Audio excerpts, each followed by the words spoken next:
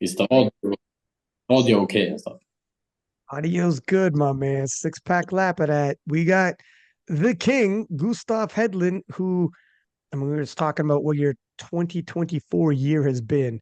And for years, you've been chasing this. I remember back in 2018 at Calgary, the World Championships, you won the junior world title with a total big enough that would have won the Open.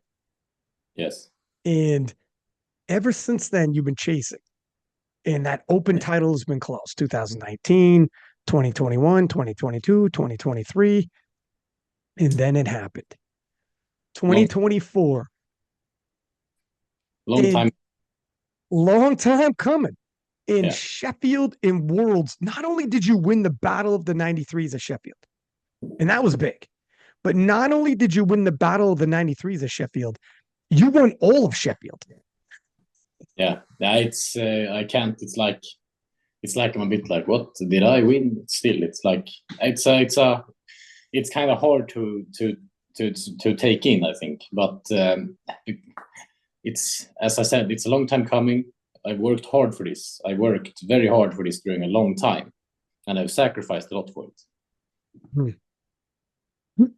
And then obviously you won Worlds right after that. So in terms like that, this hunt, this chase for these titles and to get it in the same year like that. But going into the World Championships after you won Sheffield, was it different? Because for a long time you were chasing the world title, chasing the number one spot. Going into the World Championships, you were the number one guy. Yeah. How different was that?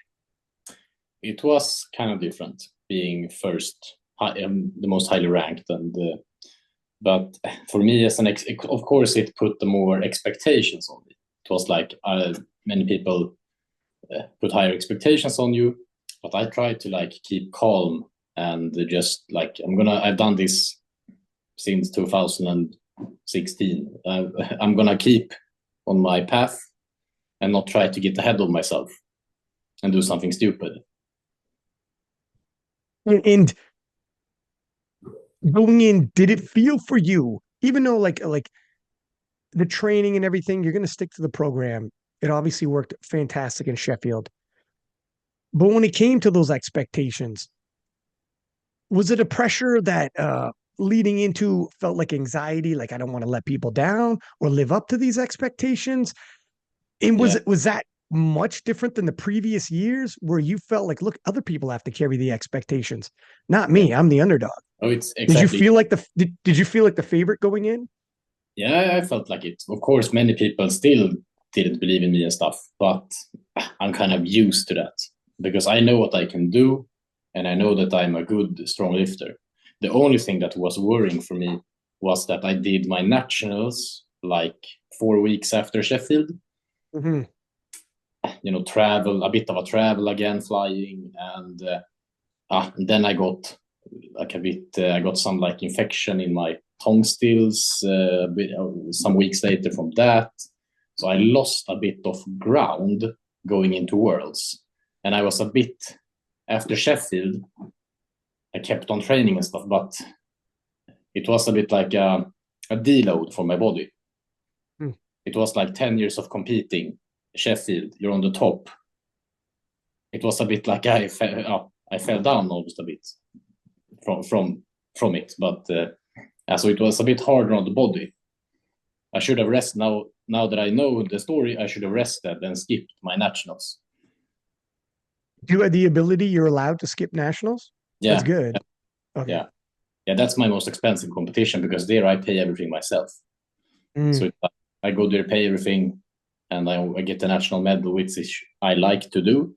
But as the competition is so deep now, I want to be able to pick my battles basically and delude those kind of deter like what do you say, like a like an obstacle. It's just an unnecessary obstacle. I already have 9 national goals. It's like, of course I'll get 10, but then it's good. Yeah, yeah, yeah. I know it doesn't necessarily increase your resume as much. when you No, won so many of those? it's like when I come there, people is like, "Oh, give him the medal and we can go home." It's a bit like that. Right. Going to the World Championships, it was a bit of a different cast. Yeah. Gavin was gone, Cayco was gone, and instead we have Brendan Petrie. Emil Krastev is back. Yes. Who did you think was the biggest threat going into the World Championships?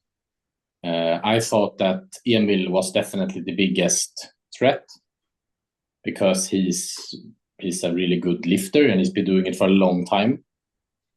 Of course, Brandon is like he's not a weak lifter, but with his experience being lower, I knew that Emil was like probably more of a threat. Statistically speaking, he should be more of a threat, I thought. But both really, really nice guys and stuff. But I knew, and I keep in touch with especially Emil and stuff. So we watch each other's training and stuff. So we know both are good. Going into the Worlds, because you had won Sheffield, did someone feel like I have to win Worlds to almost validate Sheffield so people don't think this is no fluke? Yeah, this is legit. This is like if you lost Worlds. Yeah, then it would have been sad a bit, I think. So no, that's I wanted to really win Worlds because I wanted more to win Worlds than to win Sheffield in some ways. That was the gold medal I wanted, the world gold medal. The Sheffield one was a bit like, I think the Sheffield medal or the champion status, what you call it, it's not a medal. The Sheffield trophy is a bit like, I think it's hard to calculate to win that competition because it's not a regular competition. You do your best, and even if you do world record by a couple of percent, maybe someone like Shell come into 66 and smash us all. And it's like unbeatable. So in that regard, I wanted to win Sheffield, of course, but I had my eyes on Worlds this whole time. At the World Championships, were you paying attention to the other lifters when it was happening? A bit, yeah, of course. But I don't really look at the screens and stuff, but I kind of knew what was going on. Did you see the total that Emil was building? And were you aware, like, oh my gosh, it looks like he's going to go over 900? Yeah. He was good for it, and he was on the way. But of course, for me, my bench, as usually, I skipped the command again, and I lost 5 important kilos and stuff. So it was like it was some things were against me that day, and I didn't feel as strong as I did on Sheffield, as the peak had been much shorter and stuff. So even though you had the same total, you felt like your strength might have decreased a little bit for Worlds. Definitely, or not decreased, but it's like the freshness and it's if you have done a big meet and then do another big meet in it. I think it was 4 months maybe, or not, like February, so 4 months, and then I did my nationals in between. Because when I did Sheffield, it was until the summer to February, so it was like 7 months peak, or not peak, but 7 months of building into the peak. For me, I think it's a bit of a different, when you come in from a long training going into a peak, you can minimize the risks and stuff compared to when you have a shorter peak. Then I felt, and I should have rested a bit more, I think.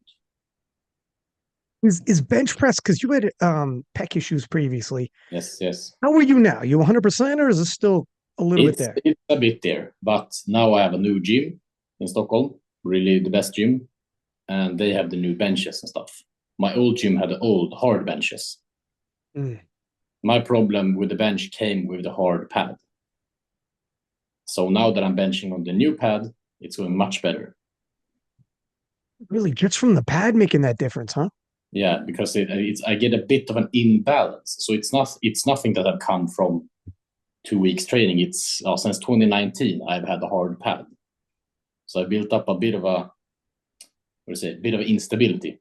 So I have to do a lot of rehab work with my small muscles in the back. but the new bench really helps with absorbing that. I can become more straight, and the press is much better. When you compare these two, the two performances, the Sheffield and then the World Championships, I know what you mean where like the World Championships obviously has been around a lot longer in Sheffield. Yeah. It's something that the Gen Pop, the general population automatically knows. World Championships say less, but they don't know what Sheffield is. They don't know the significance of Sheffield. But when you look at those two wins for you, which one of them was the sweetest? Because let me tell you from the outside perspective when I look at Worlds, you've been chasing longer because Worlds Sheffield wasn't even around previously, so you chase that forever, and you've come so close. I mean, your last deadlift in Sweden 2021. Swear to God, you heard me commentating. I thought you had, and I was like, oh, and then it lost it just over the knees. So I'm sure chasing that and getting that probably felt good. However, just due to timeline, it happened after Sheffield. So winning Sheffield was that you're the whole proving that you could be the guy, proving you could be number one happened already. So I think if Sheffield didn't exist, if Sheffield happened after Worlds would have been it.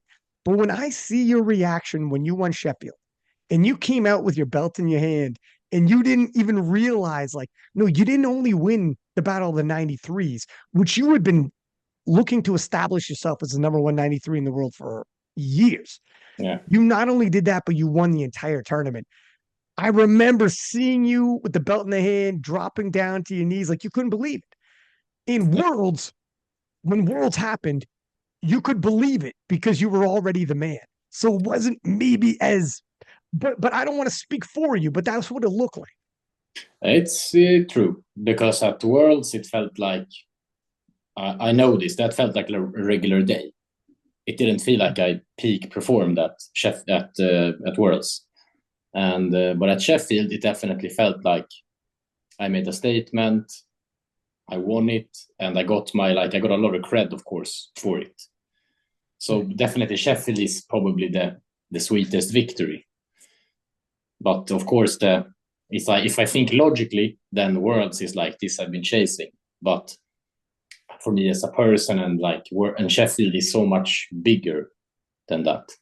It's huge. So but after I won with Sheffield, I only knew that I knew that I placed well and beat the other 93s. That was only what I knew. I'm high up. I don't know how up I am, but I'm probably winning over the 93s and placing myself at the podium. And I was happy with that. I was like, job done. Job done. What was it like when they were like, no. You beat everybody. And the money you got and like everything that went with you, like, oh my God. I was writing the doping, as every athlete take the drug test afterwards. I was writing on this paper and my hand was like, I couldn't write. I was like, when they said I won and stuff, and I was like, I was so much to take in, and I was like, really? I wrote this paper, and I was like, it was an amazing experience and a very good day.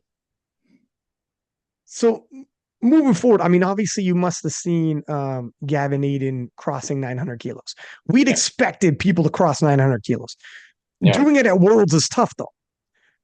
Were you expecting this 900 kilos sooner? Like, what are your thoughts on all that? Crossing 900 kilos at 93? I know at my Sheffield performance, I had 900 more in my body. Easy. So for me, it was not like, I was not sad about it because my squat was very easy at Sheffield. And if my chest would have been better, then easy 220 kilo bench. So then you already have, I think I could, and my deadlift was very easy. So I think you can easily add 10, 20 kilos on my total. I think I'm good for that. So I know that I'm above 900. But it was not, at Sheffield, 895 was the number we needed, and it was unnecessary to do more and possibly lose it. And the same with Worlds, body win, because even if, no matter how the competition would have went, I would have still tied him on bodyweight. Yeah. Regardless of how it would, because I don't want to increase the record. I don't want, because that would make stuff harder for me. Yeah. You wouldn't risk it. No. That's the thing when it comes to like Sheffield Worlds. You win, but you don't max out. You don't PR. And another thing about that, if you do a world record, why would you? You don't get anything at Worlds. You get money and percentage at Sheffield. So it's like you save it for that competition. Mm-hmm. So when I saw Gavin do 901, I thought it was a bit unnecessary. But I know why he did it, because he wanted a wild card, I think. But I was a bit like, I should write to him, like, man, you could have waited till next year. Make it easy. Make it easy. Yeah, make it easy. Right. Yeah. I mean, yeah, for sure. It's become, lifters around the world are now starting to go to those regional events, looking to break that world record, make a statement. And even if they don't get the wild card, and we'll get into Sheffield 2025 in a minute. I want to get your thoughts on that as well.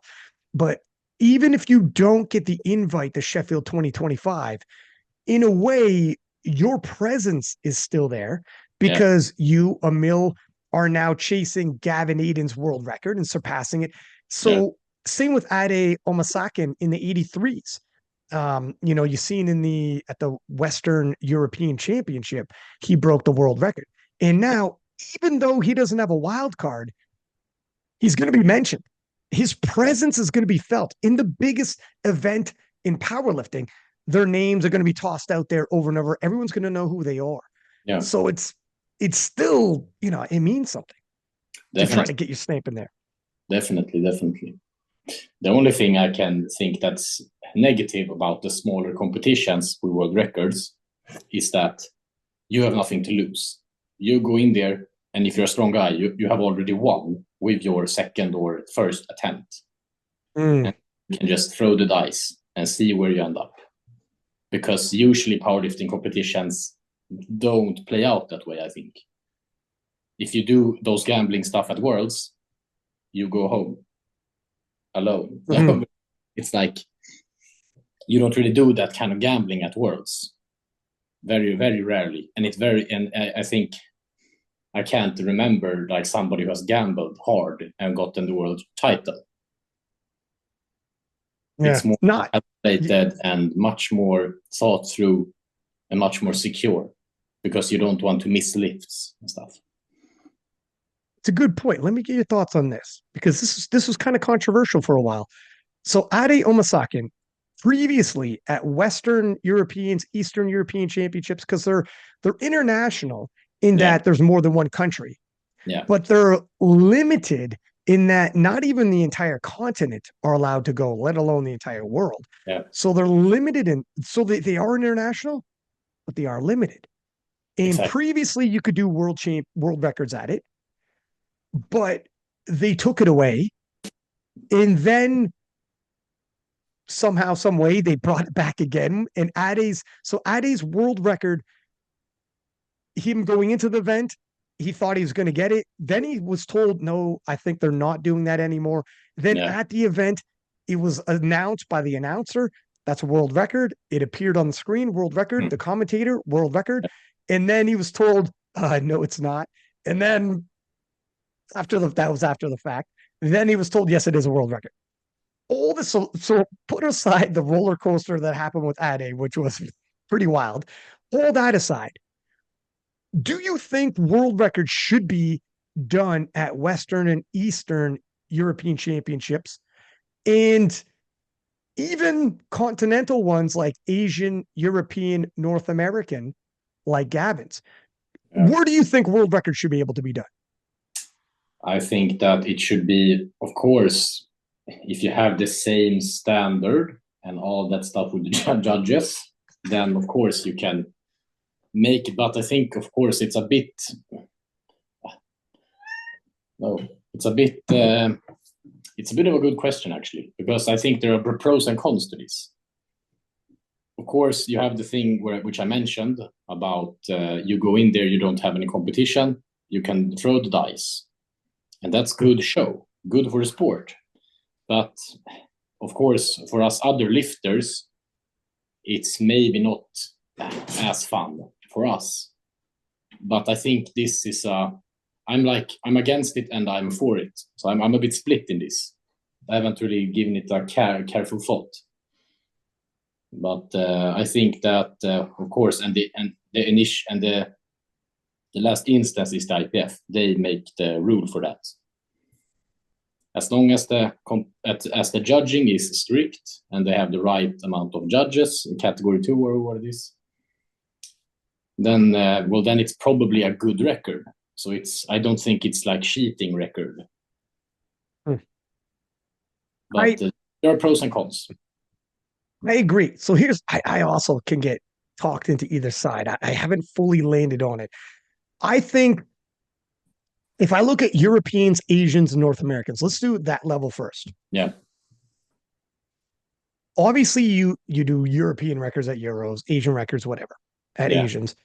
Now, in terms of worlds, as long as the reffing and the standard is the international that we would see at world level, same type of reffing, totally okay with it. But that standard's got to be upheld at that. So everybody's confident with it. Yeah. Some years I know your point where there isn't the competition level there, but there is probably at Euros. Like at European Championship, you might run into or Emil. Yeah. Or like you might run into Penna, or you might run into Leah Babwa. Like you could run into world champions. So Euros can be tough. North Americans at this point doesn't have as many of the big name Americans doing it, but there is more and more anyways.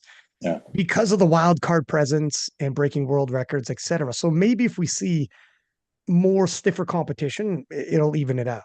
But when it comes to Eastern and Western European championships, that's the one I'm not as sure about. Yeah. Because very small.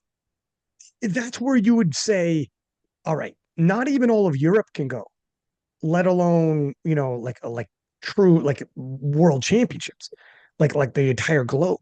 So then you start thinking, well, what if you just break European champion records there? That's good. That's great. Hey, a European record holds steam. What if you stop there and don't do world? It's probably, I'm not sure. I would probably agree that that's better. It's less of a discussion then. It's more straightforward. Because if you have a world record here, it's a route for discussion and not people agreeing, I think. Now, having said that, I think Ade deserves his world record because the guy has been jerked around enough. It's going crazy. He had it, lost it, had it, lost it. And then it's like, all right, man, just let the guy, if you're going to announce it while he's done it, that's it. Like it's got to be, it is what it is. But at a certain point, if they said moving forward, we're going to go in whatever direction, like, again, I can be swayed because it's still international. And if the judges are international, I'm not sure, because if you want to grow the Eastern and Western European championships, this might help. If you were told, hey, you could break a world record there, it might help to bring good lifters into those championships if that's their goal. So I'm not sure. It's both pros and cons, as we mentioned. But I think maybe for me, European is maybe the level they should have, as it is right, as it is that level. But the record is probably good in the way with the judging and stuff, because Europe have I think we have the most refs living here. And probably category reps. So it's a rule. It makes discussions at least. Mm-hmm. Yeah, at the very least, we're having good debates and discussions about it, and it creates options. I mean, people are showing up at these events looking to break a world record, so it achieved that if that's what they're looking to achieve. Yeah, you make so for the individual lifter, it's good, but I think maybe if the same thing happened to him, he's not as happy. One other thing some other sports do, and people have brought this to my attention in the DMs, and it's true, it's an option, but they actually do championship records. So world championship record, like the Olympic championship, the Olympic Games record. And because people know, okay, you break a world record That's great. You're the first one to lift that weight in your weight class. That's what that means. Yeah. And then if you break a record at the world championship, people know what that means as well. Yeah. Nobody at the world championship has hit that total. And that's a little different. But I don't know if that gets convoluted. I don't know if that's too many world records and stuff it, where it's like it's it getting may too be much bureaucracy, maybe. yeah. And you could get into, you don't want to have to explain too much when it comes to records as well. Yeah. So the difference is obviously like with the Olympics, if I say Olympic Games, but when I say world championship record and world record, when you have the word world in there twice with both records, I mean to say it, that's when things get convoluted. It's like, I'm sorry, what do you mean? What's the difference? And then Yeah. you have to explain and it becomes maybe a little Yeah. too much. Loses its value. Yeah. I mean, whatever. We got gold medals at the world championships. That's all that matters anyways. If you get that gold medal, it is what it is. Have you seen the return of Jonathan Cayco online? Cayco hit, I think he did like 910 in the gym. Is this exciting to you? Seeing Cayco coming back? Because for a little while there, we weren't sure if Cayco was going to come back. We weren't sure what his future was going to be. As a matter of fact, I don't know if he's fully announced, but we're all pretty sure he's going to come back. But he took a step back, dealt with some injuries, and now is coming back even stronger. And you had said like earlier how the schedule sometimes can start bearing you. And by the time you go to the World Championships, you felt good, training went well, but the schedule's roughing you up a little bit. Now that you're kind of where Cayco was, where like people need to see you compete now. You can't just, you could step out, but to step out now when you're the Sheffield champ, the world champ, people want to see you defend these titles. People want to see you show up. Cayco, when he was winning these titles, couldn't step out because there's always another time. There's always another competition around the corner. Yeah. Loses the world, like this doesn't get to retain his world title, loses at Sheffield to you straight up. And he's like, okay, this is the time. I'm gonna pull back and I'm gonna recalibrate. What are your thoughts on, first off, returning Jonathan Cayco, and second off, the ability to pull back and take like an extended break to address these injuries and come back stronger? I think his training looks to have gone well now. He's building momentum and stuff. And I guess we will see I guess he's doing his nationals. Yeah. I would assume. For qualification. So I guess we will see what happens there. And well, I think with the matter of like not doing too many competitions is I think it's a bit good to rest up and not get tired and stuff. And of course addressing the injuries and stuff. And so I think it probably was a good call for Jonathan to take some time off. And I guess time will tell when he comes back.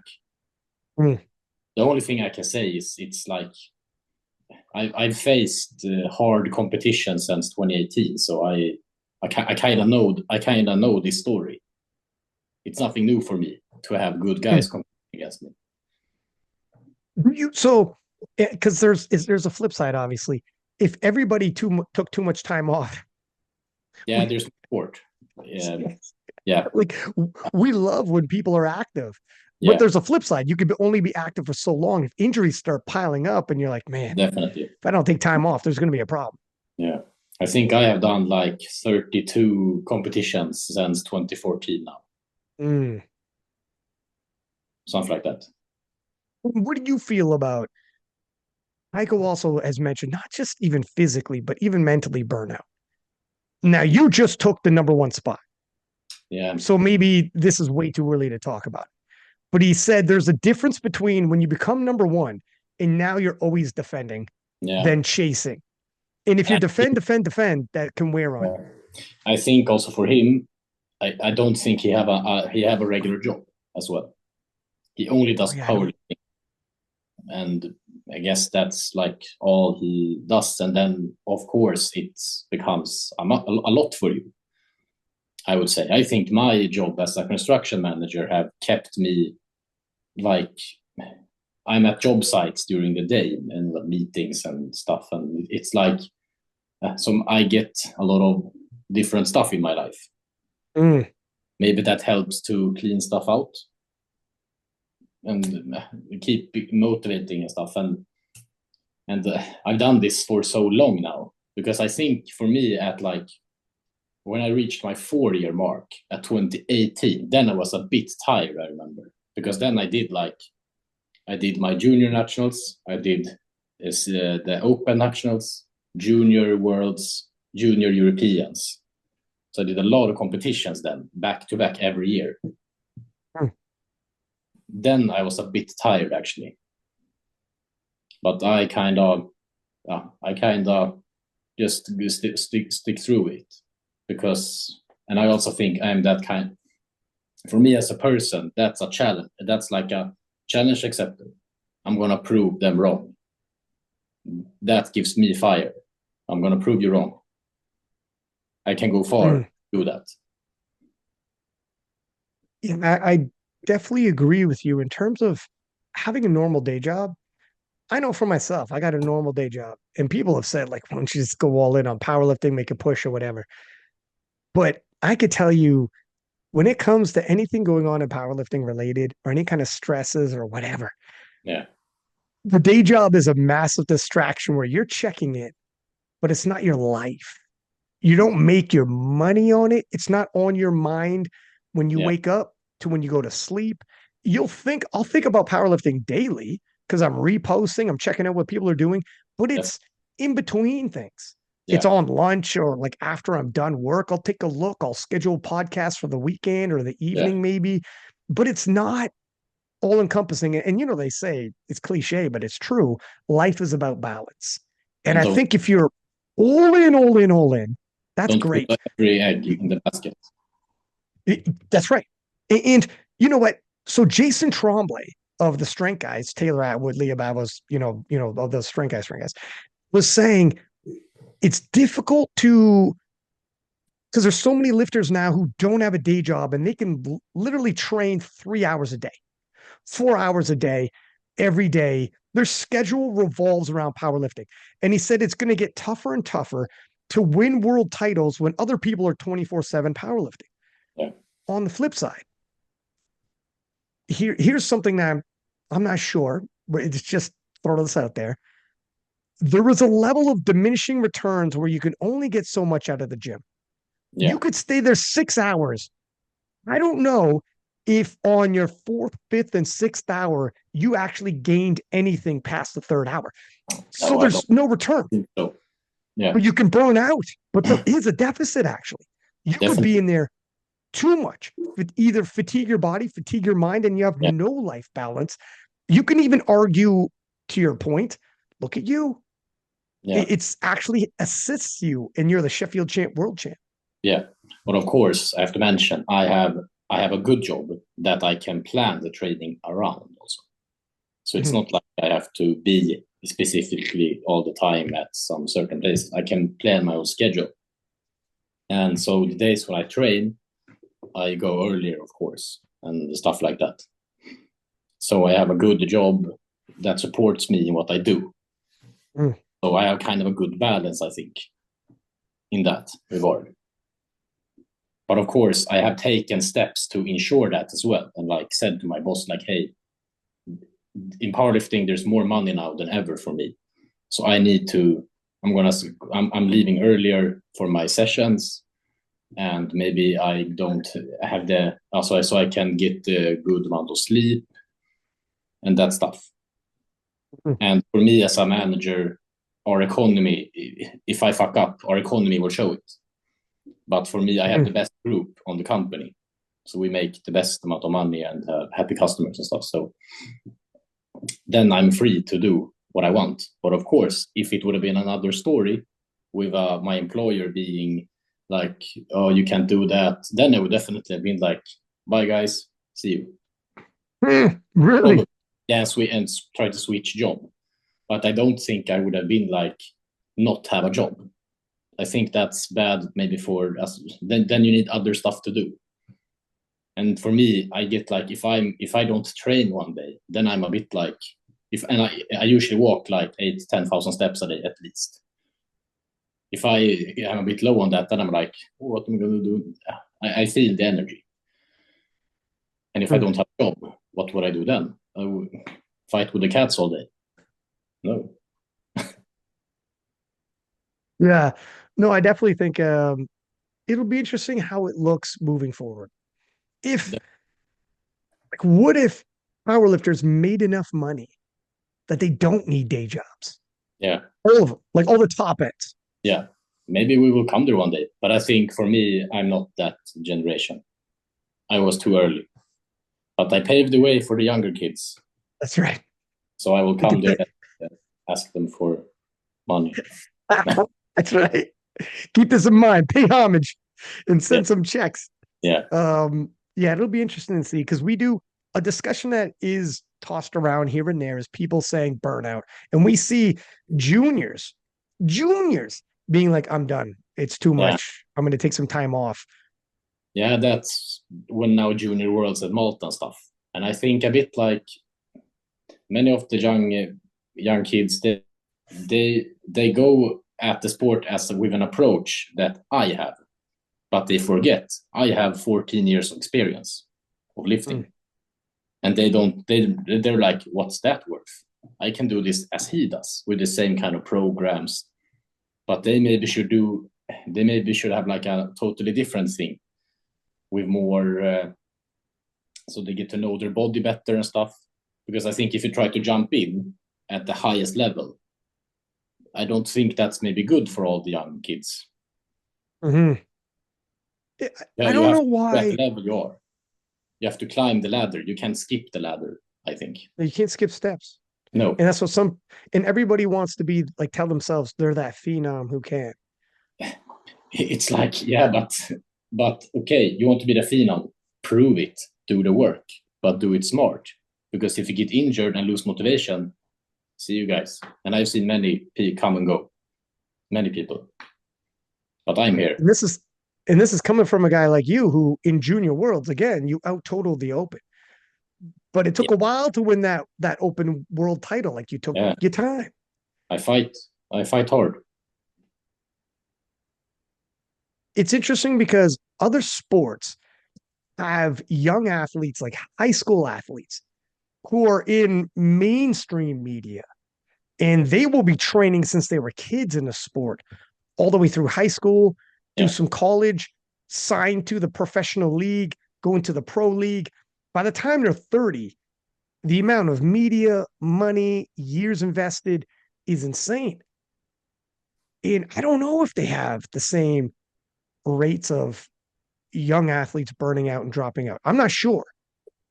Maybe, who knows? I think we can get some good statistics from Pete Spence on that someday. He will post it. He's the stats man.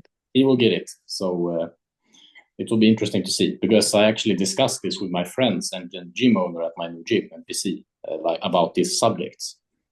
That young lifters who are like, they don't have the core stability. They do only squats, bench, deadlift, and some accessories. And their body is soft. And they're like, oh, I have pain in my back. And you're like, yeah, you don't even know where your back muscles are.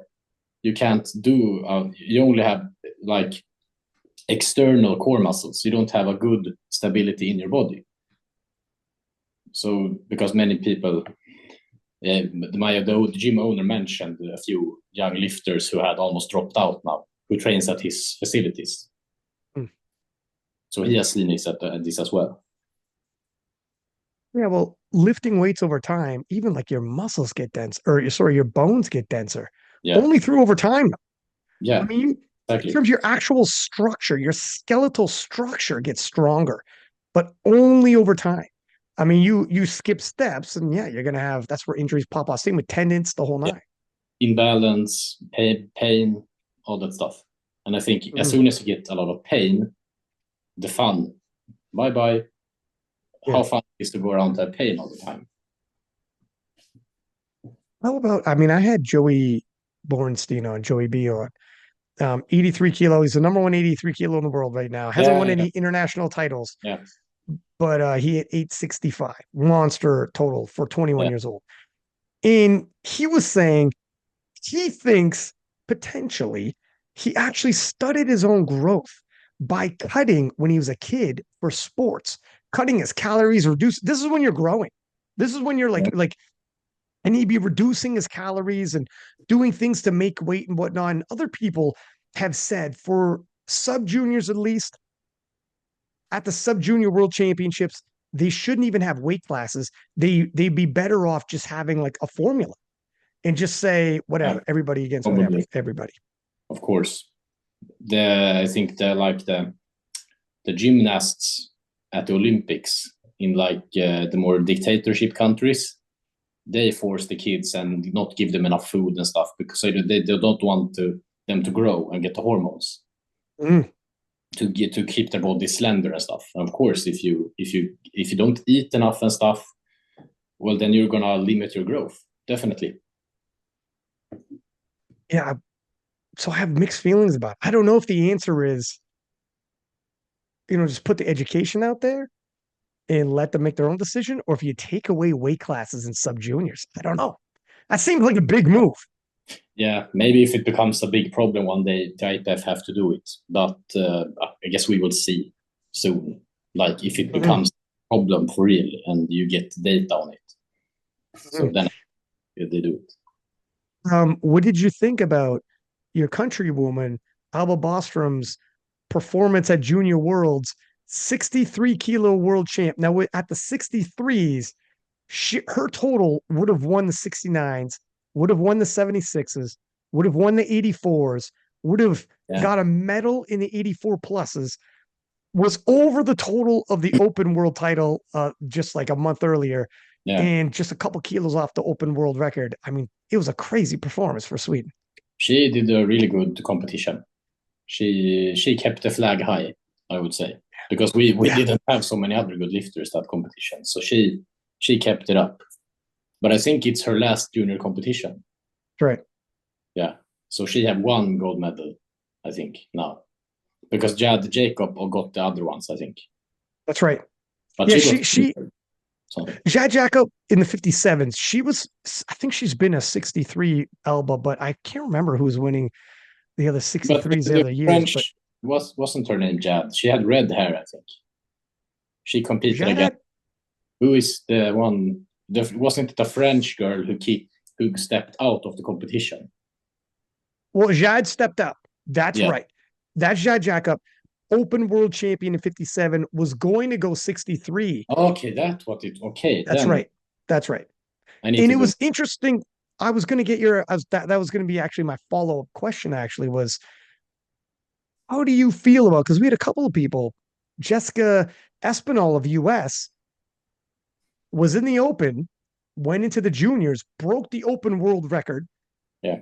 And at a world championship, albeit junior, but still the officiating world standard. So that worked out amazing for her.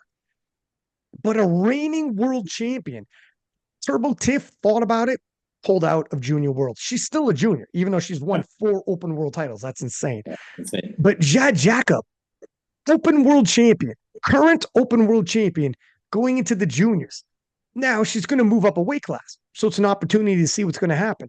Yeah. I think 554, what Alba put up, probably would have been a little too high for her to chase. Like, that's a crazy total for her to try to chase. But what do you think about, if you're an open world champ, would you want to go into the juniors? Because it's kind of like you can almost only lose. Like, you're already the world champion in the open. A junior world title is not going to compare. So you're kind of leaving yourself open to possibly these other juniors like, oh, fuck yeah, let me try to beat this guy. You mean if I would go down to junior? Wow, like you now would be crazy. Yeah, but put it this way. I already have 2 junior world championships. Right. But if you were, put it this way, let's say you were of age as a junior, you're the reigning open world champ.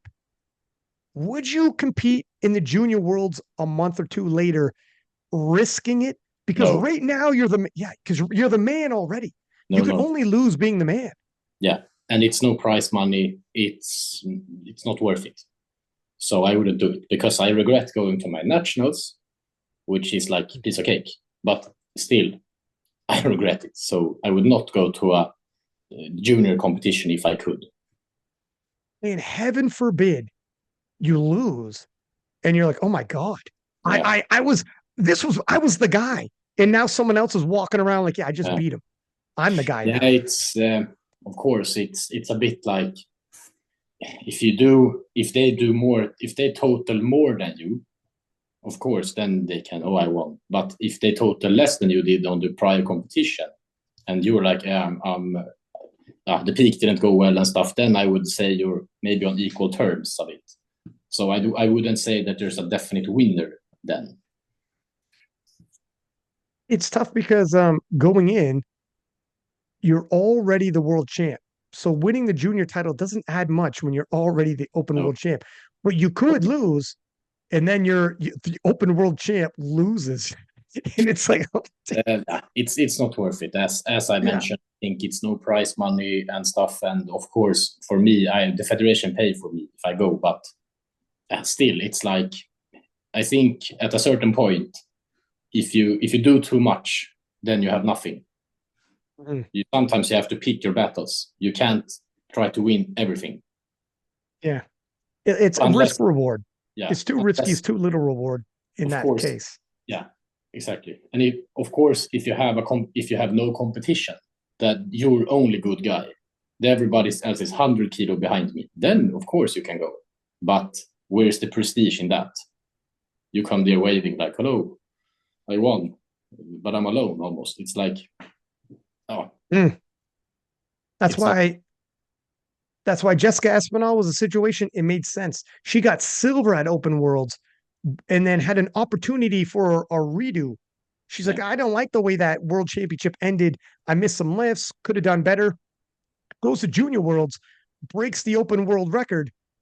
All right, I got my redo. And in life, you very rarely get a redo. That made sense. Turbo Tiff was signed up for Junior Worlds and was like, hey, what are we doing here? I won. I don't need a redo. She's an amazing athlete. So she have nothing to prove there. Yeah, 4 world titles as a junior is insane. You were talking about Alba flew the flag for Sweden high, and she did. I mean, she dominated Junior Worlds. How is powerlifting currently in Sweden, would you say? Well, now honestly, we have many lifters, but we don't have many lifters maybe that are super highly ranked. We have fallen back a bit because like in 2019, 2021, we took more medals, I think. Now it was only at Worlds, I think only me, I took the gold medal, and Emil Norling took 3rd place. And that was it, I think. We didn't take any more total medals. I don't think so. Not on the men's side, not on the women's side. No, she came 4th, I think, or 5th. Yeah, Alba didn't make it. No, she was a bit unlucky then. So she could have had a silver or gold that competition. She was a bit unlucky. But as a whole, we have maybe stepped back a few bits. But the competition is so steep. But the good thing for Swedish powerlifting is we have very many new lifters. So we get the width. The federation is growing. We get more lifters. And many people are putting effort into becoming a better lifter. Well, in terms of flying the flag, you've done phenomenal. Sweden may not have as many top-end elite showing up, but they got a big one with you, winning Sheffield and the World Championships. Yeah. They got a big one in the juniors with Alba, who best lifter and all what I just said. Like, you got some big hitters, just not the numbers. Do you think, though, if the number of the federation, the lifters is growing, is it just the rest of the world is just becoming far more, like there's just more people from more nations and it's just becoming more competitive, so the talent pool just spread out? Sweden's fine because, you could look at it like, what does Sweden have to do? What went wrong? Maybe nothing went wrong. Maybe everything's fine. Keep going. But this was bound to happen because the rest of the world is just exploding with talent. Yeah, we have, powerlifting has been around in Sweden and quite, it's been not a small sport, I would say. So they have been around in Sweden since the 60s, 70s, 80s, and we've had multiple world champions. from Sweden during the travel.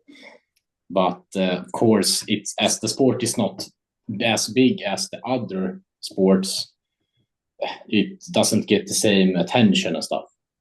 But still, I consider myself lucky that my federation pay for my traveling and hotels, and have always done it. So I consider myself lucky in that way. What kind of coverage do you get from like mainstream? You won Sheffield, you won Worlds. Those are the two you can't win any bigger. You've done it. So when you come home, does local news, does national news, are you getting coverage from the mainstream in Sweden? Oh no, I don't. But I have not contacted them either. But if I did, I think I would have get something. But yeah. I don't care. I get a lot of attention on social media, and SPD does a fantastic job of promoting and making you feel seen. And like, we have done a bunch of footage here in Stockholm with a photograph, a local guy that SPD has fixed. So I'm very grateful for their coverage, and like, they have lifted me and like shown this is a good guy, and promoted me basically with those videos and stuff. And it's a real honor, and I'm totally happy with that. And then I post my training on Instagram. And but I'm trying to become better with social medias and stuff, posting stories when I eat steak and rice, regular stuff, just a bit of some vacation posts. But I want to show myself on the competition. I want to show myself this is what I can do, and I'm here to perform my best, and then people can judge me afterwards. And I want to make an impression. What I would like is to see us at a point where you don't have to contact the media to let them know, hey, I just won world championships. Hey, I just won Sheffield. I would love if there's a point where they know, oh, we have the freaking world champion. We have the Sheffield champion. We have, like, they know, and they contact you and they're like, hey, can you come in for an interview? Yeah. But in Sweden, they are a bit like biased towards the big sports and stuff, because of course my parents and grandparents have usually sent to like local newspapers and the national television sports stuff. So sometimes they have made a post. So like when we had Worlds in Sweden 2019, then I had a post on the national sport and stuff. Then I had a post because they were there. But otherwise, I'm a bit like this. I don't call you to try to make me stuff. They have to if they think I'm worthy, they contact me and we talk. I'm not a guy who runs around and like reb. No, I go to the gym, I train, I do my stuff, I go to competitions, I do podcasts with you and stuff. And that's right. That's right. Rest is history. What kind of support does the Swedish national government give you? They give us funding, of course, so they pay us the trips, and they pay us the hotels and stuff when we go to the competitions, and so that's a huge thing. Because a lot of nations don't have that. There are going to be people from all over the world hearing this, being like, "Holy shit, that's huge!" Yeah, it's really huge, and it's a lot of money because I've competed all around the world almost. It would have been, if I would have paid everything myself, we're talking a big thing, like flowing. I've been around Europe so many times, South Africa, Canada, Calgary,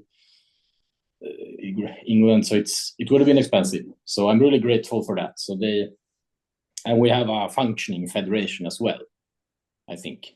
So we have a good. Our federation is like, they do their job. I'm surprised that with the government covering, flights, hotels, etc., they don't themselves then turn around when they get like a world champion and contact media and use a bit of a push because they paid. Like, why? Usually, because it's great for the youth. Like, you're a great story. Yeah, they should capitalize on it, but they don't, Yeah. and it's their choice. I'm happy already. Fair enough. Yeah, it is what it is. That you get a lot out of it on your end, so that's good. Yeah. All right, let's take a quick 2-minute pee break. Come back. I'm going to ask you about Sheffield. I'm going to ask you about some of the news items coming out of Sheffield. Ask you about we got a lot to cover about the future as well. But I got to take 2 seconds here, man. We'll be back. Super. Okay, so let's talk about Sheffield. What are your thoughts on the big announcement? Shell has announced, I am dropping down to the 66 kilo class, working with Kedrick. What was your initial impression? And he's already at 70 kilos, and he just did a training total, and he's just under 800 kilo total. And his body weight is down to 70 kilos. And people are like, let's see when he drops the other 4 kilos of body weight. And he is like, my friends, I'm not dropping another 4 kilos. I cut 3.5 with water. I'm almost there already. I might drop half a kilo of body weight. That's it. Yeah. That's huge. If he pulls this off, then he has secured his victory. Congratulations. Then we can't beat that. But the record in the 66 is low, and if I were in his shoes, I would have done the same, I think. But I am not a fan of eating less. I like to eat a lot, so it would be hard. It would be hard, but and Shell is experienced. Really, I think he has competed the longest of everybody at this Sheffield competition. Probably. Definitely, he's a multiple equipped world champion. Also, he has won basically everything there is to win, except Sheffield now. So he's an experienced guy. He knows what he's doing, so he can be really dangerous. And if it goes all the way, us other guys are out of the game. You think? Well, first off, this seems to keep happening at Sheffield. People first Evie did it, and then Agatha did it, and now it's Shell's turn. Yeah. Well, it's so much money. People will do it, and it's like as the record in the 66. Because I think Eddie Berglund should have stayed. I've told this to him multiple times. If Eddie would have sticked in the 766 with a proper nutritionist like Hedrick, for example, he would easily have done probably 740 now, I think. Because he's in 74 now and he doesn't even fill out the class. Nearly, I think. So he could have definitely stuck around in 66 more. And he would have been dangerous, I think. Why do you think people are dropping this, not just the money, but as powerlifting gets more and more competitive? Do you think now people are forced to make these tough decisions and be like, I got to dial in. I got to get more serious about this. Yeah. So I think it's a short-term solution. I think to cut that much often is probably counterproductive, I think, for the long term. I think Timo Monogatti, he did an exceptionally good thing with his cut to 74. He did some competitions, he did good, and then he was like, I'm out of here, guys, see you, I'm heading up now again. And he's stronger than ever. Good guy. Isn't that crazy? His total now, it's 845. It's weird. Before he cut, when he cut, it was like, okay, you're better as a 74, I think. When he went back up, it's like, well, fuck, maybe you're better as an 83. I don't know. Yeah, but he was, I usually text or not with him and stuff, but it was, he ate like nothing. And he was like, I know this is not a long-term solution to be on a starving prison camp diet, basically. It's not, you're not going to build strength with it for a long time, I think. I think you can push it, but then I think it's going to go downwards almost. And your body is probably not happy with you for being in that state for a long time. But I think he did a really good job, and he did it an exceptionally good way, I think. People watch him. If you want a good example, I think look at him. He did a fantastic thing. So with Shell, is he just going to like take this 66 kilo world record and just cross into the 800s with it. Right now we're at 710. It's insane. No, it's low. It's very low, that record. So he can easily do 750 and stuff. But of course, nothing is done until it's done. He has to make weight and perform it and maybe he get cramps and stuff. Who knows? But fair. I think he has good help, Kedrick. He helps me as well. So I know he has a good man in his team. And it was me I probably convinced Kjell to use Kedrick. Oh, is that right? Yeah, because we Swedish and Norwegians, we're almost the same team basically. We always hang out and we speak the same language basically. So we speak our native languages together, and we're basically almost the same country as well. So we hang out a lot, and he was like, "What have you done?" Because he was like, Kjell was like, "You're really strong, Gustav, before Sheffield." It's like, "What have you done?" And I was like, "I started working with the curly-headed Asian guy there, Kedrick." He was like, "Only?" And I was like, "Yeah." And I was like, "I'm eating more than ever. I ate 4,000 calories usually during my peak, and still make weight. And then I eat whole foods. I don't eat like milkshake. That's for the low gut volume stuff." So I said to him, "I eat more, I weigh less, and training has been good." And then I won the competition. So I think I planted a seed in Kjell's head. Talk to this guy. Okay, so funny because he's the next guy on the podcast is Kedrick. He's been on several times, and I have so much to ask of him about proper weight cutting again. And this is like nutrition is deep. Yeah, he's deep. Yeah. Is this a topic you think like is nutrition something that you think is probably the most overlooked by powerlifters then to level up? Like, look how it's changed for you and changed for Kjell. This could be game changing for Kjell. It's probably a game changer. Of course, it depends on how good you eat before and stuff. For me, it was, I didn't switch out foods basically so much when I started working with Kedrick. For me, it was more amounts, planning, and like, so I go into the peak at a lower body weight, so I can eat up into the peak and not have to cut a bunch of weight and feeling tired and stuff. So it's more the planning and because he always checks in with me and stuff. So, but it's the planning and like the small things, the micronutrients, small details, and probably, but many good lifters already have nutritionists, I think. Yeah, I think more and more now. Back when you first started, not as much. You have people, but not as much. Definitely not. And I think the nutritionists that were available then, they didn't understand powerlifting. Yeah. They maybe worked with fitness and stuff like that. And like fitness athletes, not performance athletes.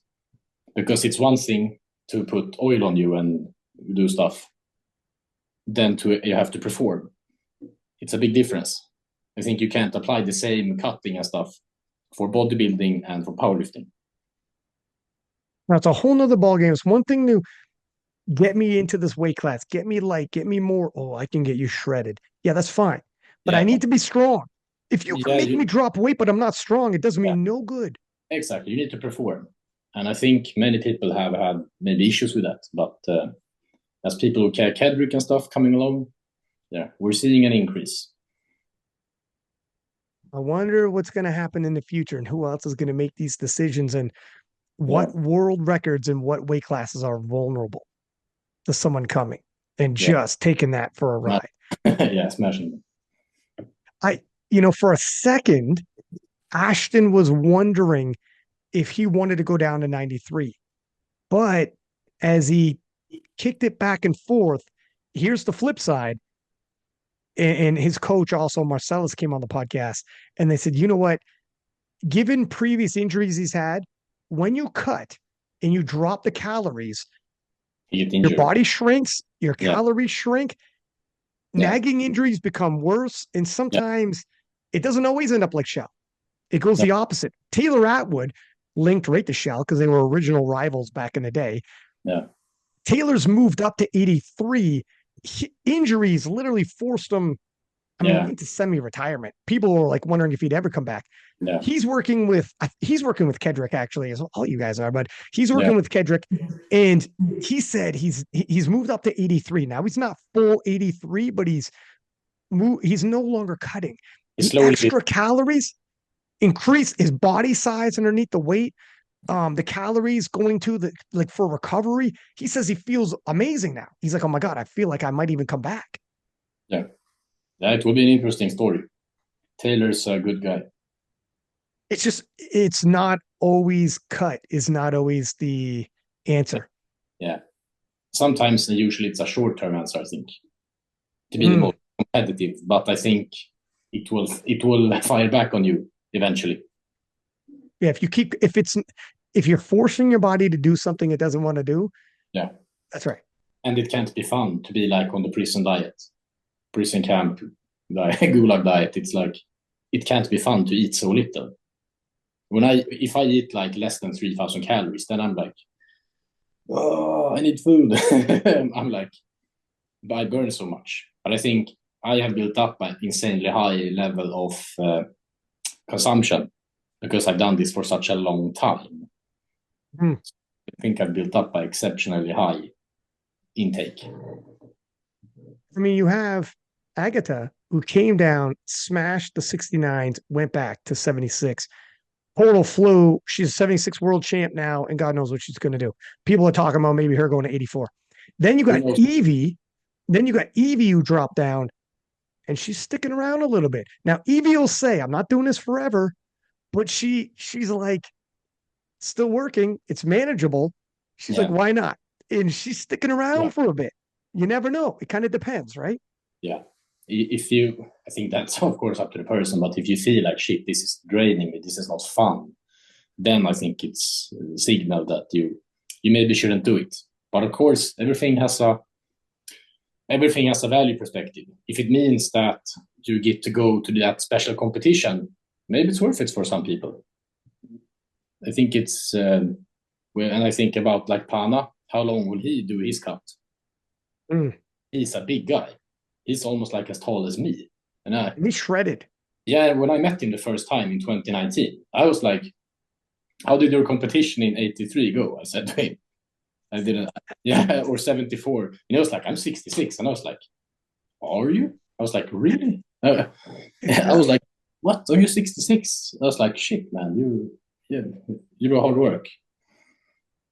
I think for someone like Evie, for instance, she's been on the podcast and talked about it. She tells herself, I could suffer when I know it's like a short period of time. It's not going to last. Yeah. This is all going to be over. Before you even know it, time flies by.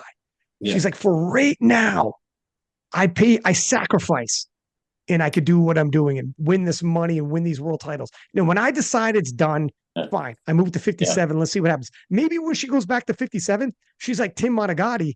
And oh my God, my total's well bigger than before when I left 57. And maybe she's an instant contender. You know, the same country. Who knows? Same country, man. There's something in the water down there. I think. Who knows, man? Yeah. Let me ask you about. So obviously, I mean, there's discussion on Bob Matthews not going to Sheffield, he's essentially. What's that? Is he not going? Yeah. Okay. Can you get this, man? This is crazy.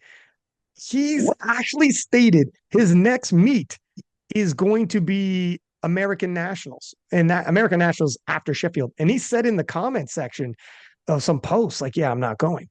So really? Why? I don't understand, but Marcellus. That's fake. That must be fake. Why would he sacrifice his ticket to Sheffield? I don't think. Why would he do that? That maybe he probably comes a 105, I think, if anything. Well, this is it. If he went 105, now beating Shell would take a lot, but man, who cares? First off, it's Sheffield. I think though his coach Marcellus was on the podcast saying he's like, Bob was 80-20 not going because Bob really wanted to focus on 120 and not cut because he wanted to be as big and strong as possible. Fair enough. He could still go as a 120 and just be a part of the event, but he doesn't want to be just a part of an event. like for him, this is what Want to Marcellus win. was saying. He's just all about like I don't take part, I take over type deal. So I still don't fully understand, but he's like, look at Bob's different. I'm like, I guess. Yeah. Oh, I think that's maybe a bit talk. I think he can't say no to the place. It's like it's 30, maybe 30, 20,000 pounds. He's saying, oh, no, thank you. Why would he? There's no chance he does that. No chance. Even He even if no. even if even if you don't win the money, the experience is phenomenal. Just Yeah, being there with the crowd. And even if like, I mean, I can't see any reason I would do. Yeah, I mean, I can't see any reason not to. We'll see. I yeah, gotta see. So let's just say, so having said that, let's say he doesn't go. Because he's still, I'm not in until he's not there, we'll see. But let's say he doesn't go. Who do you think should get that wild card? You have a mill coming from the 93s, yeah, and that's a fantastic showdown. You had already said he was probably your biggest threat for Worlds, and it's a great showdown for people to watch. yeah. Amazing. Amazing. So that's good.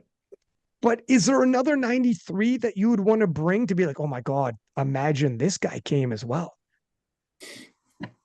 Of course, if an other 93 gets a wild card, then it probably should be Gavin because he has the world record now. That's true. He should have a wild card, I think. But I think with the wild cards, that's a bit that's SPD policies and stuff. SPD decides on that. It could well be the guy from Great Britain, the 83 kilo guy. Eddie. Yeah. Eddie, yeah. Could be. So it's like it's very hard to calculate the wild cards, I think. What if Because this? What if I open it up to you and say, you don't have to play by any rules. Only Gustav gets to decide. And it doesn't have to be somebody from Worlds. It doesn't, you could give it to anybody you want in the world. Who do you think you would give it to? well, if you're gonna talk about friends and stuff, yeah, who would I give it to? Not a, but don't make it a friend like, well, I give it to Alexander. Make Alexander. it make, No, he don't. No, I think maybe the guy from '83. yeah, He's definitely deserving. Gavin is definitely deserving. yeah. Cayco is deserving, but Cayco haven't done competitions since Sheffield, so So yeah, I wouldn't give him the wild card because of that. mm, yeah, fair. So Gavin or the 83 kilo guy, I would probably give the card to. I would do a coin toss, maybe almost. Yeah. It's tough because they both own the open world record. It's based off of world records. Yeah, You bring them in, let's see what the hell happens. yeah, Yeah, it'd be good. definitely. And how about those 83s, Gustav? My God, man. Strong All of a guys. sudden, yeah, everybody's leveling up. Yeah, Everybody in the same year. definitely. No, it's endurance. Good guy. He has been fighting hard, and I think for endurance, I think he has had the same, almost the same path as me.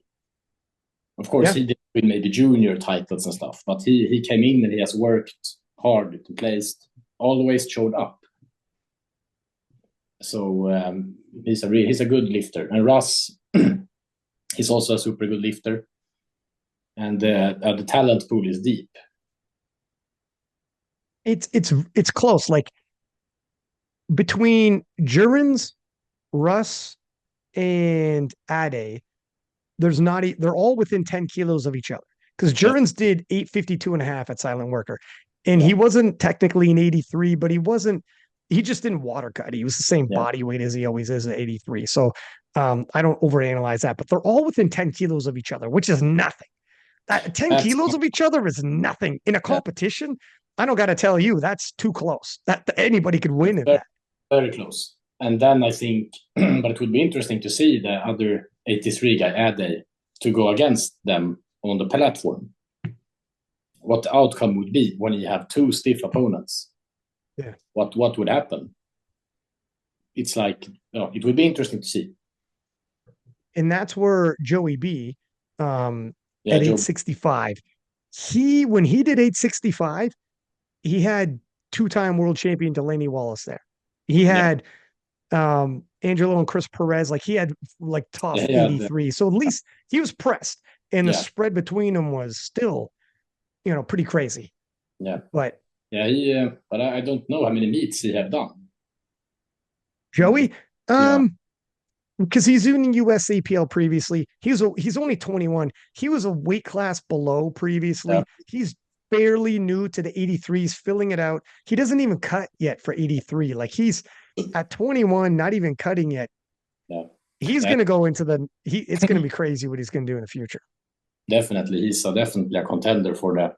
Can he put the same show as he did at that SPD competition, Regina? It was The Radley one. Yeah, yeah, yeah. yeah, the blue one. If he does the same at the Worlds, then that would be interesting. I mean, at 21, he might be heavier. Who knows? He might do even more. We'll see. American nationals, it's going to be telling. It's going to be maybe Deep. even a little unfortunate because it's all stars. Like between the 93s, you have Gavin Aiden, Cayco, Brennan Petrie, and then Juwan Garrison. I don't know if you had seen he's crossing over into the powerlifting America as well. One of those guys is going to go through, and all the other ones aren't. I Yeah, mean, that's crazy. They're so good. Same with the 83s. yeah. I mean, you have like Russ, Joey B, whatever, Delaney, It's a and big all hunt. the 83s. And some of those guys aren't going to come. Yeah, It's super tight. and that's the bad thing with a big country. It's like I think Manhattan and the outside area is like the population of whole Sweden.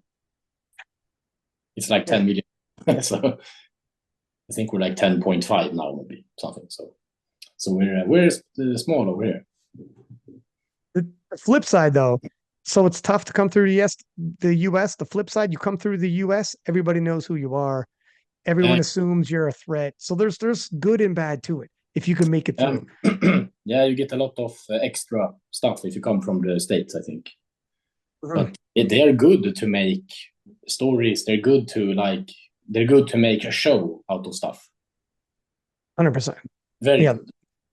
Us in Yeah. Europe, SPD, I think they have Sheffield is like I think the top. They have learned a lot from the States, I think, and done a good show that's entertaining. That's really good. But I think we didn't have that before. Well, like what they benefit from, obviously, like Pete Spence, originally from Britain, but he lives in the US, been living in the US for years. Justin Nutt working on with SBD and on the media side, creating digital assets for them is in the US and he's American. So they have, you The US know, is yeah, that's right. That influence to your yeah, point in terms of like heavy media side and those ideas. Yeah, it's an amazing blend. Kind yeah. sir, do you want to do a quick round of the name game? I throw a name out there. You tell me word, sentence, memory. There's no right and wrong answer, basically. You tell me whatever you want to wrap it up. Yeah, Okay. First definitely. name off the top. First name off the top, sir. Jonathan Cayco. Jonathan Cayco and I have been battling for a couple of years, and he's a good. He's a good opponent. He's always like he's very good to get the max out of his competitions. Very good. So and he's a good opponent, and I think it will be interesting to see what he can do when he comes back. It will be interesting. How about this? Gavin Aiden. Gavin Aiden, it's the same story. I think we've been competing since 2022, since South Africa. That was when he stepped out of the juniors. So we have we've kept in touch ever since then. And Really? No kidding. he's a strong guy, and he's a phenomenal squatter and the world record holder now. So I have to beat him at Sheffield, and no, he's a good guy. Brennan Petrie. Brandon Petrie, I met him the first time now in Lithuania, and he was a super nice guy. Yeah. Super, he was like almost too courteous and stuff. He was really, but the interesting thing with him, he was like, he said to me, like, I watched you since 2017, 18. He was like, I've watched you and I've learned a lot, and he was acknowledging me for being like an older lifter and stuff. And then not many people do that. But he's a student of the game. He really does. He watches. He even knows people's tendencies for their attempt selection. If you attempt this weight, he can probably guess your second and third based off of historically what you used to do. He loves paying attention to that kind of thing. Yeah, so he's a really good guy, and we had a close call at the Worlds. He was pulling for it, but lost it for my satisfaction, so to say. But it was nice to meet him, and I guess we will see. I guess we will see if I meet him again at international competitions. Yeah, he's got a tough go round. He's got a really tough go round. He's gonna have to pass really good guys, so that's hard. And that's the thing where, like when you get through America, the hype on Petrie leading into the World Championships, even though it was only his first Worlds, but because he's American, the hype on him was huge. Yeah. So I think from my perspective, I don't think he really liked that. People were like, "You're gonna win so easy," and he was like, I'm going up against these killers here, and they've been killing for a long time, longer than me." And he was like, he knew the hard battle to come, but people, they're like, "Man, yeah, you're from America, you're gonna win." And he was like, "Yeah." I interpret that he didn't really like that people made it to seem easy, because he know it's not easy to win Worlds. Yeah, some people don't know the full scope of what's going on. Yeah, and the depth of competition, and like how long other people have been doing it and stuff. So, how about this guy who's been doing it for a hot minute, Emil Krastev? Emil is a really strong lifter, and he has evolved very good. He has had a very good curve of evolving. He had some injuries and stuff before, but he has came through them. And we have been competing 2021. I think we did 21. Yeah, 21, 22, 23, and now 24. So it's a good couple of years of competing. And we keep in touch sometimes and stuff. So he's a froze competitor, and he definitely keeps me like aware that I have to work for my stuff, and that's good. How about this? Yeah, I think if you get lazy and like I'm very good, then you will fall later. And when you get complacent, you can't get complacent in the 93s. It's too close. No, but no. Yeah, You have to be hungry and open to changes. How about this guy? He had quite the trip for 2024 World Championships. Showed up right before weigh-ins, barely had time to make weight, made weight, broke the squat world record, and he's such a character. Carlos Peterson Griffith. Yeah, he's a funny guy.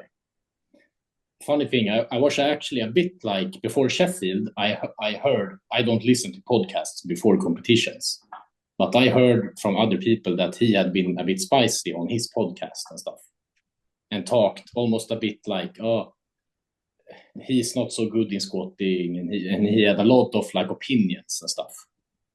And I was a bit like, I'm gonna show you, dude. I've done this so long. I'm gonna show you. But I kept a cool face, and afterwards we became friends and stuff. But before, I was a bit like, I'm gonna show you. Don't say stuff you don't know. You don't know how hard I work. You got to be careful when you get spicy on podcasts, because you can motivate other people by accident. Definitely. But at Worlds, he made a heroic thing. I told him like after squats, and I met him at the hotel and stuff, and he was like, "Yeah, I'm gonna go to the sauna now." He just arrived, and he's like, "I'm a couple of kilos heavy, so I'm going to the sauna." And I'm like, oh, "Shit, man, you're crazy." And then he made weight and stuff, and after squats, he set the world record. I walked up to him and I said, like, "Man, if my federation did this to me, I would be like, find another guy. I'm not traveling the same day, going on some bus ride, long plane ride, never." with those with those like, oh, what do you say? With those not disadvantages, is it? With those disadvantages, I would be like, no, thank you. And I was like, man, you did a strong thing. He showed up day of, he walked into the arena and immediately started cutting weight. He made weight literally like within 3 minutes left. Yeah, Really just. He failed the first weighing, and then Matt Gary and stuff was like, hey, Carlos spit, because he was like, Matt Gary were like, we need to make him to get weight, because at the Eurosport cast, you have such a small group, so it's so fast. So it's too fast. I think they should have at least 10 lifters, 2 more. And imagine if he dropped out, 7 lifters, and as soon as he walked off the platform, the bar was ready. So you had like no rest, and so he made a heroic thing, and he really pushed it. He made weight, and to your point about how quickly the pace was, he had 0 time to throw the water back in his body and recomp, and so he immediately had to start warming up, and then he had like no time for squats. Like he was cramping. Obviously, by the time deadlifts rolled around, cramps took him right out of the competition. Like he finished with a total, but it caught up to him. But it was a hell of a show. Like that was a wild story. And that was crazy. I was really like, man, strong from you to do this. I said, really strong. Yeah, mentally too. And to your point earlier about when he was in Malta, he was in the B group, and he came up to me and he said, next year you're gonna hear about me. And he goes, he got the Sheffield invite through a regional. Yeah. And people like, oh man, it's kind of like a throwaway if you give away a regional wild card. And he's like, I'm not just showing up to have fun. He was competitive. And obviously, like he's right in the mix. It's a good total. So it's like he earned his place. And him being spicy makes people talk. He knows how to be spicy to get people talking, where people are like, oh, did you hear what Carlos said? Like, not everyone can do it. It's not everyone's personality, but he can be the bad guy if he needs to be, because the 93s need a guy who's going to be spicy. He'll do it. Definitely. He'll spice it up a little bit. So he's been a great addition. The 93s are stacked. Yeah. I initially got a bit like, I'm going to show you, dude. Don't talk behind my back and say that kind of stuff. And I'm going to show you. And but it turned out well. All right. 2 more, my friend. And then we'll let you go. I thank you for your time, by the way. 2 more. So 1 more, Taylor Atwood.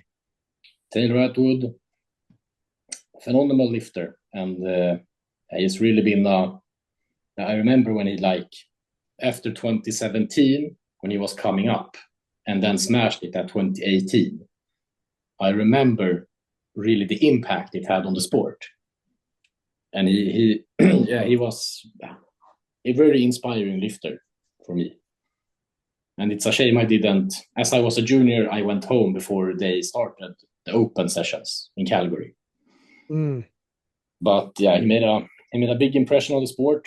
He's a good guy. He's very, as he was at the last Sheffield, he's a very good spokesperson, professional, clean.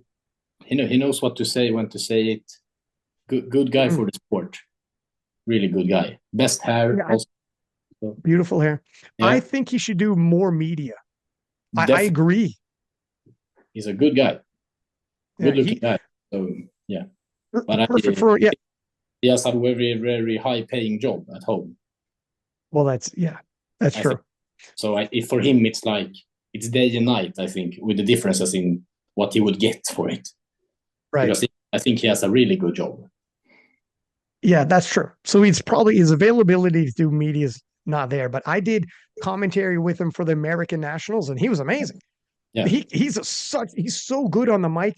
To your point, he looks like a guy who'd be in front of the camera with a microphone talking. Like it's good, and he's got the resume, obviously the pedigree in the background. So to back it up, he knows stuff. He's not like some guy who read a paper like, yeah, I'm gonna say this stuff and don't know what they're talking about. Right.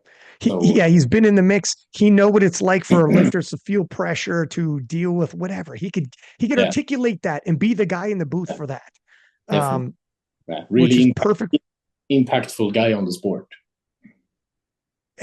Is the play-by-play you're saying name, weight, and saying the storyline as the color commentator, who's the guy to the side, which Taylor was for me. So I was play-by-play.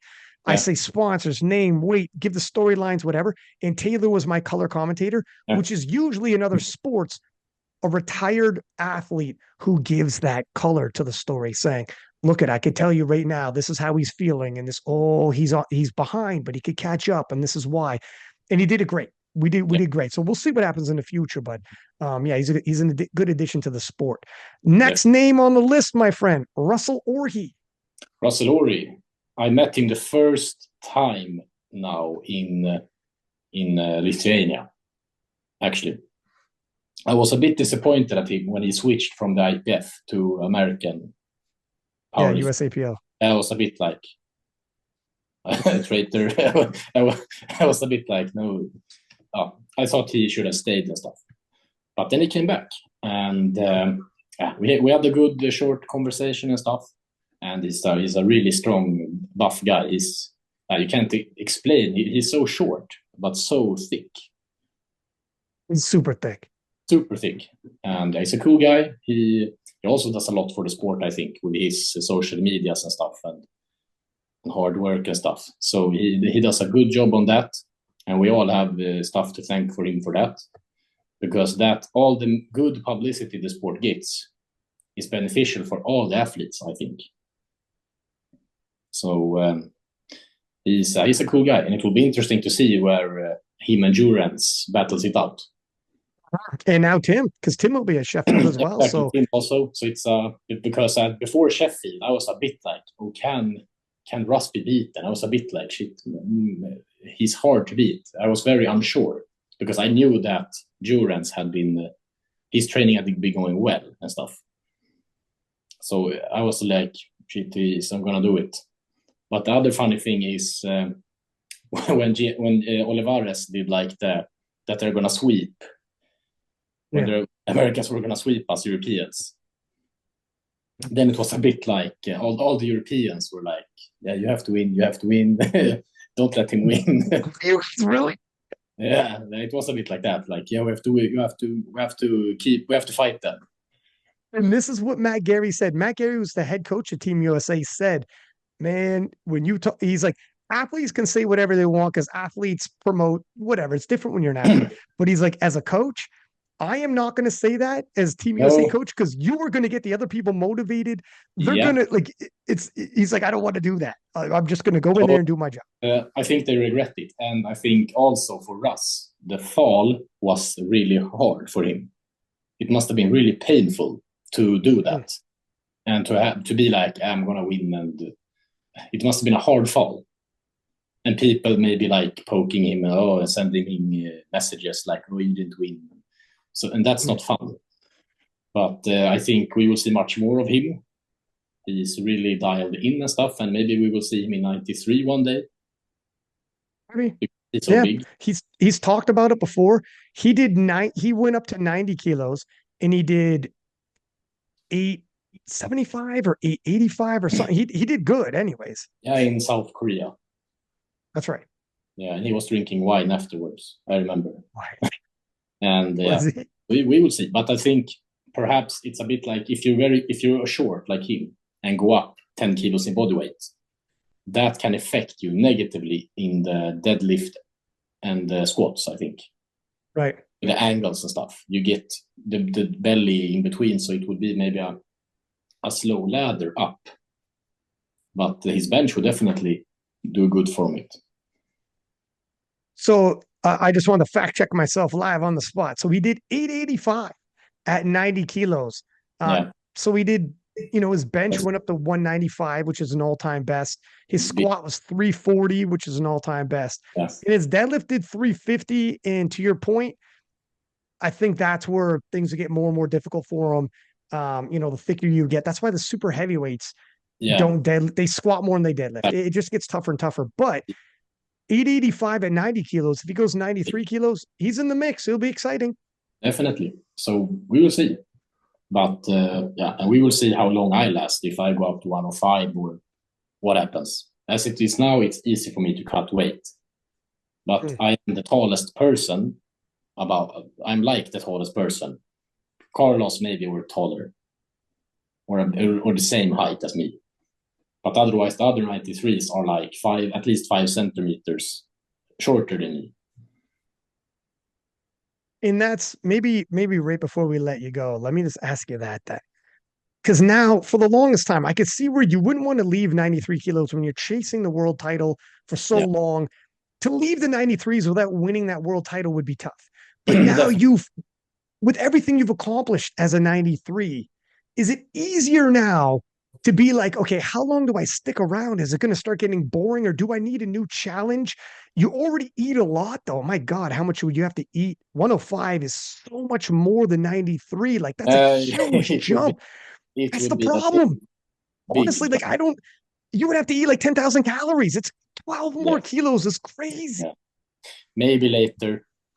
Maybe if I take a break, have a kid like some years, maybe take a break, dad's strength kicks in, then we would probably have me in 105 plus dad's strength. Boom. Yeah.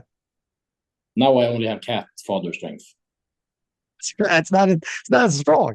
If you get a child, you never know. Everything goes up. Yeah, it does. It does. You get stronger. I guess the future we'll have to see, right? We'll see what the future happens one day at a time. Next up is Sheffield. And my friend, thank you for coming on. As per usual, it's been years now we've been doing this. I appreciate you coming on the podcast, dude. You had a phenomenal 2024. Thank you. It's as good as it can get, man. So good luck for the future, man. Thank you. This is actually like the first year that I'm really proud of what I've done. The other years you felt like you could have done. I mean, you've done phenomenal. You've been winning like medals at the World Championships forever. You won world title in 2018, but this year was the one, man. Yeah, so I'm really proud of it, and it's been a long time coming, so I'm happy about it. When you look back, this year's going to be tough to beat, man. Yeah, definitely. But you have to keep pushing. You can't like I'm happy. You have to have of course there is going to be a limit, but for me there's no limit now. So I'm going to keep pushing and proving myself best and strong. Well, now these guys want to take what you have. So now you defend. And everyone in Sweden that they don't have a lot of champions. They don't have any other champions in the men's side, but they got you. Yeah, they got you. I will have to keep the banner high and do what I'm doing. Never let the flag touch the ground, my friend. Well, thank you for coming on. Thank you. We'll talk. I'll see you at Sheffield, my man. Definitely. And everybody listening, give us high ratings. Please do subscribe. And until next time, Six Pack Lapadat, 6 up. And we are up.